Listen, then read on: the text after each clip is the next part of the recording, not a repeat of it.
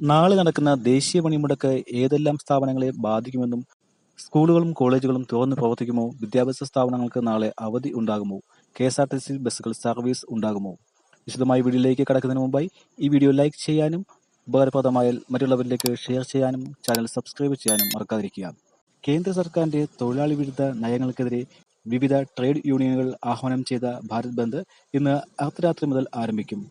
KSRTC bus സർവീസിനെ ചൊല്ലി ഭരണപക്ഷ യൂണിയനുകളും ഗതാഗത മന്ത്രിയുമായി നിലനിൽക്കുന്ന ഭിന്നതയും നാളത്തെ പണിമുടക്കിനെ ശ്രദ്ധേയമാകുന്നു. നാളെ നടക്കുന്ന പണിമുടക്കിൽ കെഎസ്ആർടിസി ബസ്സുകൾ പങ്കെടുക്കില്ലെന്ന് ഗതാഗത മന്ത്രി കെ.ബി. ഗണേഷ് കുമാറിന്റെ വാദം തള്ളി എൽ.ഡി.എഫ് കൺവീനർ. തൊഴിലാളികൾ സമരത്തിൽ പങ്കെടുക്കില്ലെന്ന് പറയാൻ മന്ത്രിക്ക് അധികാരമില്ലെന്നും നാളെ കെഎസ്ആർടിസി സർവീസുകൾ പൂർണ്ണമായി സ്തംഭിക്കുമെന്നും സ്വകാര്യ ബസ്സുകൾ നാളെ നിരത്തിലിറങ്ങില്ലെന്നും സ്വകാര്യ വാഹനങ്ങൾ നാളെ നിരത്തിലിറക്കാതെ പണിമുടക്കുമായി സഹകരിക്കണമെന്നും അദ്ദേഹം പറഞ്ഞു. കെഎസ്ആർടിസിയിൽ പണിമുടക്ക് നോട്ടീസ് നൽകിയിട്ടില്ലെന്ന മന്ത്രിയുടെ വാദവും എൽ.ഡി.എഫ് കൺവീനർ തള്ളി. ബാങ്കിംഗ്, ഇൻഷുറൻസ്, പോസ്റ്റൽ, നിർമ്മാണ മേഖലയിലുള്ളവരടക്കം പണിമുടക്കിന്റെ ഭാഗമാകും. പണിമുടക്കിനോട് സംസ്ഥാന സർക്കാർ ജീവനക്കാരും അധ്യാപകരും ഐക്യദാർഢ്യം പ്രകടിപ്പിച്ചിട്ടുണ്ട്. അതിനാൽ സ്കൂളുകളുടെയും സർക്കാർ ഓഫീസുകളുടെയും പ്രവർത്തനം തടസ്സപ്പെടുമെന്ന് ഉറപ്പാണ്.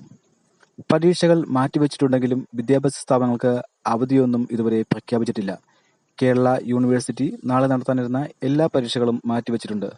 പുതുക്കിയ തീയതി പിന്നീട് അറിയിക്കും. അവശ്യ സർവീസുകളെ പണിമുടക്കിൽ നിന്നും ഒഴിവാക്കിയിട്ടുണ്ട്. പാൽ, പത്രം, ആശുപത്രികൾ എന്നിവയെ പണിമുടക്ക് ബാധിക്കുകയില്ല. റെയിൽവേ സ്റ്റേഷനുകൾ, എയർപോർട്ടുകൾ എന്നിവയും പണിമുടക്കിൽ നിന്നും ഒഴിവാക്കിയിട്ടുണ്ട്. കൂടുതൽ വിവരങ്ങൾക്കും വാർത്തകൾക്കുമായി ഈ ചാനൽ സബ്സ്ക്രൈബ് ചെയ്യുക.